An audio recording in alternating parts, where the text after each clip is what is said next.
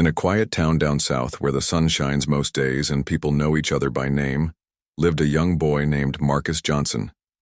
He was 13 years old, tall for his age, with deep brown eyes that always seemed to be thinking. His hair was short, cut neat by his grandmother every few weeks, and he usually wore simple clothes, jeans, a t-shirt, maybe a hoodie when it got cool. Marcus didn't come from a rich family. Life had been tough at times, but he never let that bring him down. His parents had split up when he was little, and since then he had been raised by his grandma, Ms. Evelyn. She was strong, kind, and full of wisdom. Her house smelled like warm bread and fresh coffee, and she always made sure Marcus had what he needed. Not just food and clothes, but love too. They lived in a small home near the edge of town, close to the park, and not far from the library. The neighborhood wasn't perfect. Some houses were run down and sometimes there were loud arguments late at night. But it was home. People looked out for each other, and kids played outside until the streetlights came on. At school, Marcus wasn't the loudest kid, but he was one of the kindest. Teachers liked him because he paid attention and tried his best.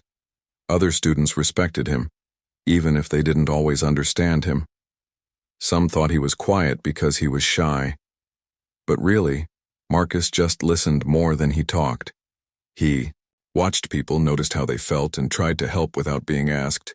He had a dream, a big one. He wanted to be a firefighter, not because he thought it looked cool in uniform, but because he believed in helping others.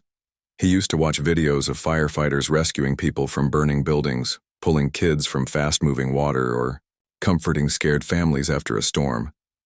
That's who he wanted to be. Someone who ran toward danger instead of away from it. But dreams can be hard to reach when life throws obstacles. Money was tight, and sometimes the world didn't seem fair. Marcus had already learned that some people judged others based on how they looked, the color of their skin, the way they dressed, where they came from. He didn't understand why some grown-ups acted that way, but he knew he wouldn't let it change who he was. One summer morning, the sky was clear and the air was already warm by 7 o'clock. Marcus had woken up early, helped his grandma make breakfast, and cleaned up before heading out the door. He told her he was going to the library to read and maybe pick up a new book about emergency rescue teams. She smiled and told him to stay safe. As he walked down the sidewalk, birds chirped from the trees and a few neighbors waved hello. He passed the corner store where Mr. James sold candy and cold drinks, and then the playground where kids would gather after school. Everything felt normal, peaceful. But just a few blocks ahead, something was happening, something no one could have predicted. A little girl named Emily Carter was walking home from her friend's house. She was only 7, with long blonde hair and bright blue eyes. She loved animals, especially dogs, and she often begged her parents to let her adopt one. Today, though, she was about to learn a scary lesson about kindness and danger. As Emily took a shortcut through an alley behind the old mechanic shop, she heard a growl. At first, she thought it was just a dog barking from a distance, but then she saw it. A big, thin dog with scars on its face and wild eyes. It was pacing back and forth, blocking her path. Emily froze. She remembered her mom telling her not to run from dogs, but this one didn't look friendly. It sniffed the ground, then turned and stared right at her. Her heart started to pound. The dog took a step closer. She backed up slowly, trying not to make noise, trying not to panic. But then her foot hit a broken bottle and it rolled across the ground with a clink. The dog growled again, louder this time. Then, suddenly, it lunged. Emily screamed. That scream echoed through the alley and out into the street. It was a sound, filled with fear. The kind that makes your stomach drop and your legs feel weak. And somewhere nearby, walking with a book under his arm, Marcus heard it. He stopped. His ears perked up. He looked around. "Help!" Came another cry. Without thinking, Marcus dropped his book and ran toward the sound. He didn't stop to wonder if it was dangerous. He didn't hesitate or ask questions. He just ran. Through the alley gate, past the dumpster, around the corner. There she was. Emily was backed into a wall, tears streaming down her face. The dog circled her, snarling and barking, teeth flashing. It looked angry, hungry, unpredictable. Marcus didn't know what to do, but he knew he couldn't stand there doing nothing. He grabbed a stick off the ground, not very thick, but long, enough to hold between him and the dog. Then he stepped forward. "Hey!" he shouted. The dog turned, its eyes locked onto Marcus. For a second, everything stood still. Then the dog charged. Marcus held the stick up, swinging it gently to scare the animal. He moved in front of Emily, shielding her with his body. "Get back!" he yelled, pushing her toward the gate. The dog barked and snapped, but Marcus kept moving and stepping backward, keeping the stick up, buying time. It was scary, really scary. But Marcus didn't run. He stayed, and finally, after a few tense moments, the dog lost interest and ran off down the alley. Just like that. Emily was safe. She hugged Marcus tightly, crying and whispering, "Thank you. Thank you." Neighbors had gathered by now, hearing the commotion. Someone called the police and animal control. Others rushed over to check on the kids. Ms. Carter arrived minutes later, frantic with worry. When she saw Emily wrapped in Marcus's arms, she dropped to her knees and cried with relief. "Thank you," she whispered, looking at Marcus with tear-filled eyes.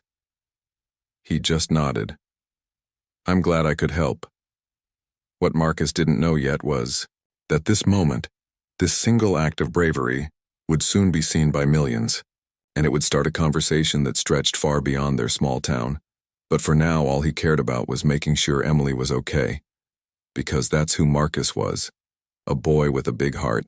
A boy who did the right thing, even when no one was watching. And today, the whole world was about to see it. The moment didn't end with just hugs and thank yous. Word spread fast through the neighborhood. Within an hour, almost everyone on the block knew what had happened. How Marcus Johnson, the quiet boy who lived near the park, had saved little Emily Carter from a wild dog. A neighbor had been walking his dog nearby when he heard the screams. He pulled out his phone and started recording. From behind a fence, he captured everything. Marcus stepping in, holding the stick, shielding Emily, staying calm even when the dog came at him. The video wasn't perfect and it shook a bit and the sound was muffled, but it showed everything clearly enough. Later that night, the neighbor uploaded the video online. He posted it on a local community page, writing, "Just saw something amazing today. A young boy risked his safety to save a girl he didn't even know. This is the kind of story we need more of." At first, not many people saw it. But then, someone shared it again, and again. By the next morning, the video had reached thousands of people across the town, and beyond. Soon, news reporters were calling Ms. Carter's house. They wanted to talk to Emily, to Marcus, to anyone who could tell them more about the brave teenager who had stepped in when no one else did. Emily's parents were still shaken from the event. They hadn't expected their daughter to come home from her friend's house nearly attacked by a stray dog. When they looked at Marcus, they felt both grateful and confused. They had never really spoken to him before.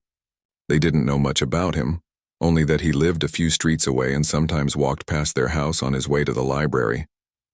But now, after seeing him protect their child with no thought for himself, they felt like they needed to know more.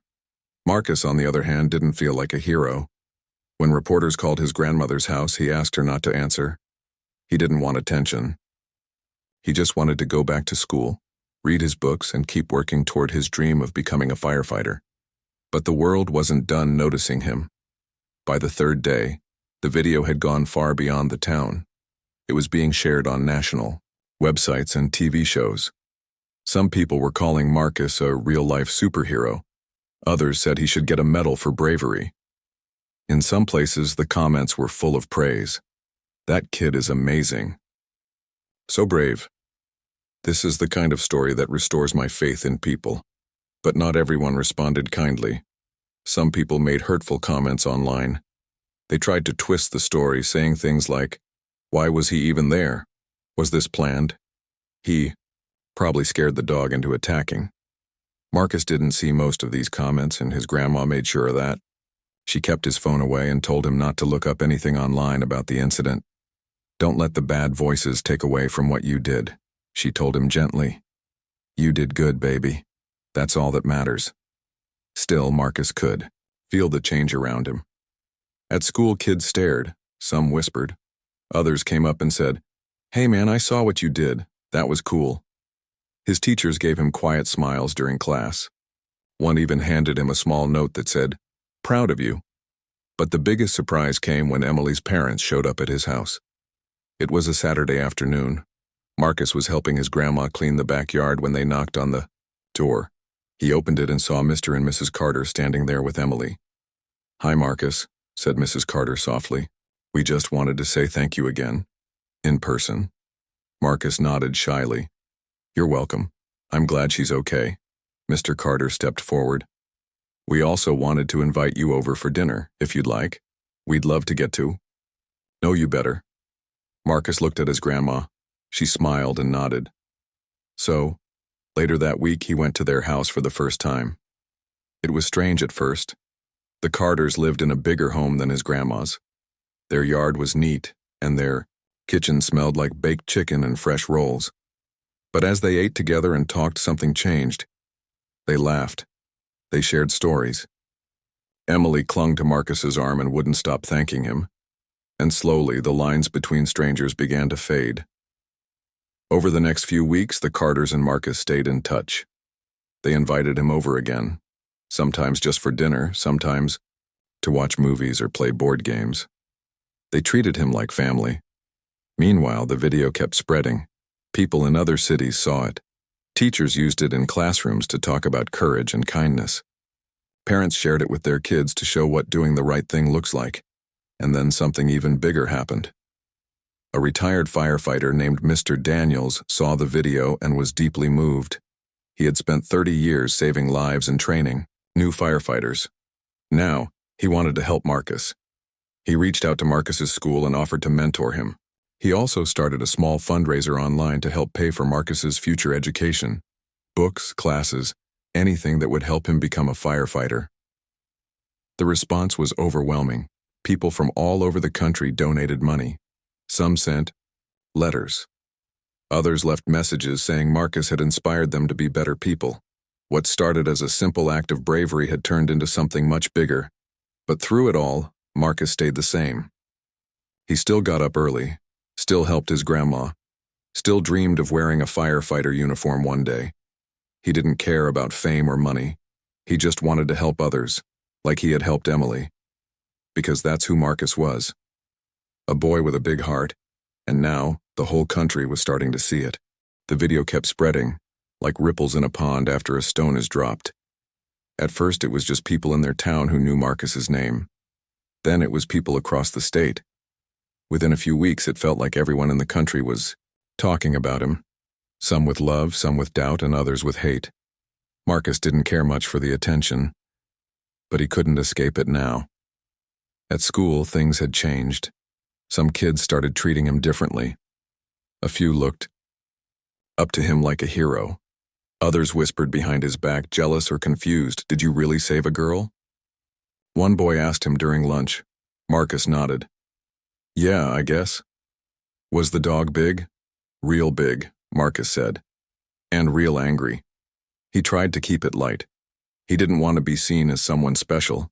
To him, he had just done what anyone should do when they see someone in trouble. But not everyone agreed. Some people online were saying strange things. They questioned why Marcus was even there. They made up stories that weren't true, stories that made Marcus feel bad even though he never read them himself. His grandma kept his phone away. She told him, "Don't let those voices get inside your head. You did something brave and kind. That's all that matters." Still, Marcus could feel the shift in how people saw him. Teachers gave him extra smiles. His school principal called him into the office one day and said, "You've made our school proud." But outside of school, things got harder. One day, while walking home, Marcus passed by the corner store where Mr. James sold candy and drinks. But this time, two men standing outside stared at him and whispered loud enough for him to hear. "He probably scared that dog on purpose," one said. "Why? Would a kid like him help a white girl?" the other asked. Marcus kept walking. He pretended not to hear, but their words stuck to him like glue. He didn't understand why some people thought so badly of him just because he was black. He didn't hate anyone. He never had. When he got home, he told his grandma what happened. She sat beside him on the porch sipping her tea. "People are scared of what they don't understand," she said gently. "They look at your skin and think they already know who you are. But you show them something different every day." Marcus looked down at his hands. "I just wanted to help Emily," he said quietly. "And you did," she replied. "More than you know." At night, he sometimes lay awake, thinking about what happened. He remembered how scared Emily had been, how fast his heart beat when the dog came toward him. He remembered stepping between her and danger without even realizing he was doing it. He wasn't trying to be a hero, he was just trying to do the right thing. But now, the world kept asking more of him. A local TV station came to interview him. They set up cameras in front of his grandma's house. Reporters asked questions like, "What went through your mind when you saw the dog? Were you afraid? Do you feel like a hero?" Marcus answered politely, but he didn't enjoy it. He didn't like being watched so closely or having his picture taken so often. After the interview aired, more people shared his story. Teachers showed the video in class. Churches talked about it during Sunday services. People used it to teach lessons about courage, kindness, and seeing past appearances. One teacher even created a poster with a quote, "True bravery isn't about strength. It's about choosing to do what's right, even when no one is watching." Marcus didn't know about the poster, but if he had, he might have smiled. Back at school, some students started looking up to him. One day, he saw a group of younger kids helping another student who had fallen on the playground. When Marcus walked by, one of them said, "We saw what you did. We wanted to do the same." That made Marcus feel proud in a way he hadn't expected. Even more surprising was what happened next. Emily's parents began talking to reporters too. They told the truth, how Marcus had saved their daughter without hesitation, without expecting anything in return. They also admitted something else. At first, Mrs. Carter said in an interview, "We didn't know what to think. We didn't know Marcus well. Our minds jumped to places we're not proud of. But then we met him, and we realized how wrong we were." Her words were honest, brave, and they hit hard. Soon more people started sharing their own biases. Not to hide them, but to admit them and try to change. A movement began online called See the Heart.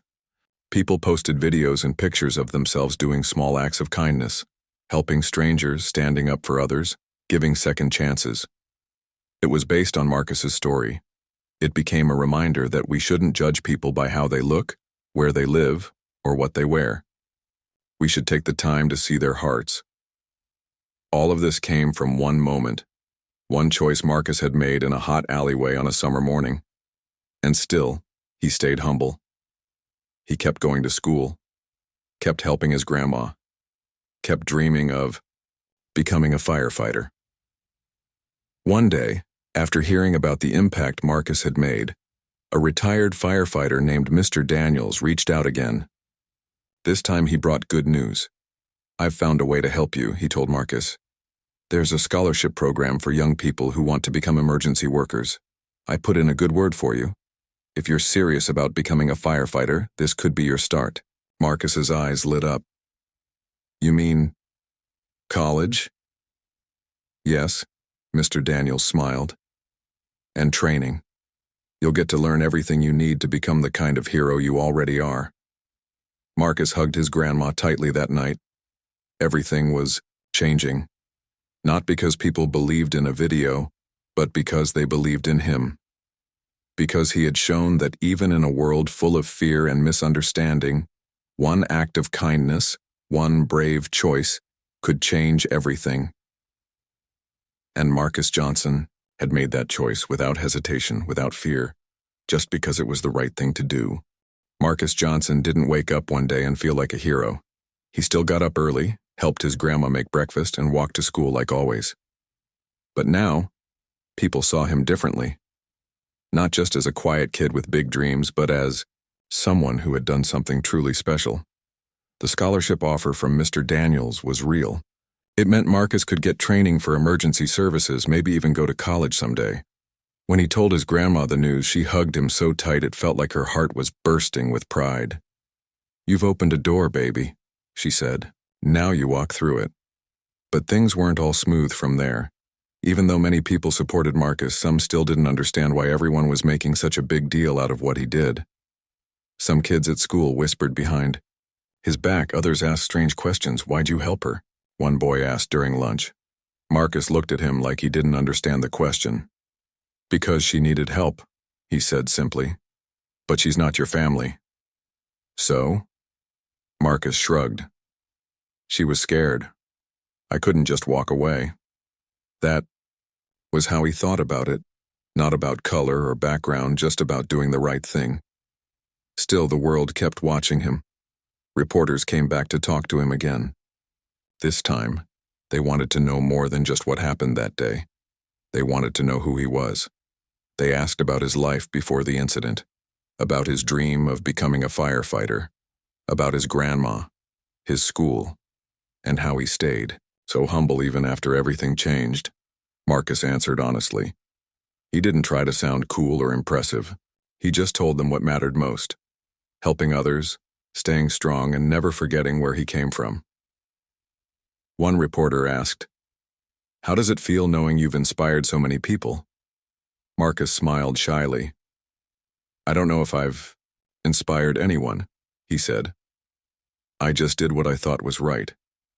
His answer made its way into headlines across the country. Meanwhile, the movement called the Rarn See the Heart kept growing. People were sharing their own stories of kindness. Strangers helping each other, kids standing up for others, adults learning to look past first impressions. Some schools started using Marcus's story in class. Teachers showed the video and talked about bravery, empathy, and how we should never judge people by how they look. In one classroom far away, a teacher asked students, "What do you think makes someone a hero?" A girl raised her hand and said, "Maybe it's not about being strong or famous. Maybe it's about doing the right thing when no one else will." Exactly what Marcus believed. Back home, Marcus began spending more time with Mr. Daniels. The retired firefighter became like a mentor, showing him the ropes of emergency response. They practiced basic safety rules, fire drills, and how to stay calm in dangerous situations. Mr. Daniels also introduced Marcus to other firefighters. Some were black, some were white, but they all treated him like one of their own. They see you not just as a future firefighter, Mr. Daniels told him, but as someone who already has the heart of one. Marcus didn't care much about titles. He just liked learning, practicing, and getting closer to his dream. At the same time, Emily and her parents kept in touch with Marcus and his grandma. They invited him over more often, sometimes just for dinner, sometimes for birthdays or holidays. Emily still looked up to him like a big brother. She even made a poster for school that said, "My hero is not on TV, he lives down the street." Her teacher pinned it on the wall for everyone to see. One day, Emily asked Marcus, "Do you ever get scared?" He thought for a moment. "Yeah," he said. "All the time. Even when you ran toward the dog?" He nodded. "Especially then. But you still did it." "I had to," he said. "Sometimes fear doesn't mean you stop. It just means you have to be brave enough to move." Anyway, Emily smiled. And slowly people began seeing Marcus not just as a boy who saved a girl, but as someone who could change hearts. One person at a time. One act of kindness at a time. One word at a time. It wasn't long before Marcus started mentoring younger kids in his neighborhood. He would meet them at the park and talk about courage, responsibility, and the importance of seeing good in others, even when the world feels unfair. He taught them that being brave doesn't mean you're not afraid. It means you choose to help anyway. He taught them that kindness costs nothing, but can change everything. And he taught them that heroes aren't born. They're made by the choices they make every day. One afternoon, while sitting on the wire steps of the community center, a little boy looked up at him and asked, "Will you still be a firefighter when you grow up?" Marcus grinned. "I sure hope so," he said. But even if I'm not, I'll still be helping people. That's what matters most. As the sun set behind the trees and the sky turned orange and pink, Marcus watched the kids play, laugh, and chase each other around the yard. He didn't know what the future held, but he knew this. He had already made a difference, and he was only just getting started. He kept working hard, staying focused on his dream. With help from Mr. Daniels and the scholarship, he got into a training program for emergency services. He studied hard, practiced rescue techniques, and learned how to stay calm under pressure. He wasn't just learning skills, he was becoming the kind of person who could save lives. One day, he put on a real firefighter uniform for the first time. It fit perfectly. When he looked in the mirror, he didn't just see himself. He saw the boy who once stood between a scared girl and a wild dog. He saw the same courage, the same heart, and, now, he had the tools to help even more people. Marcus graduated top of his class. He became one of the youngest recruits at the local fire station and quickly earned the respect of his team. They admired not just his strength or speed, but his kindness, the way he treated everyone with care. Whether they were rich or poor, young or old, he never forgot where he came from. Even as a firefighter, he made time to visit schools and talk to kids. He shared his story, not to show off, but to remind them that heroes come in all shapes and sizes. That bravery isn't about being fearless. It's about doing what's right even when you're scared. I used to think heroes were only the ones on TV, he told one group of students. But I've met so many since then. Teachers, doctors, parents, and even kids like you. Heroes are everywhere. You just have to look for them. Back in his hometown, things had changed too. The movement called Kagersi. The heart continued to grow. Schools across the country started using Marcus's story in their lessons about empathy, fairness, and standing up for others. Teachers showed the video of him saving Emily and asked students, "What would you do if someone needed help?" More and more kids answered with stories of their own, times they helped a friend, stood up for someone who was being left out, or gave someone a second chance. Parents talked about it too. Some admitted they had been wrong about people before, that they had judged others without really knowing them. But now, they tried harder. They tried to see the heart. Emily grew up, watching Marcus become everything he dreamed of. She followed his journey closely, always cheering him on. When she got older, she even joined him at some of his school visits. She wanted to share her side of the story too. "I used to think heroes wore capes," she told one audience. "But mine wore sneakers and a hoodie. He didn't know me, but he still saved me. And because of that, I try to be brave every day too." Their friendship stayed strong through the years, not because of what happened that day, but because of what they built after. Trust, respect, love.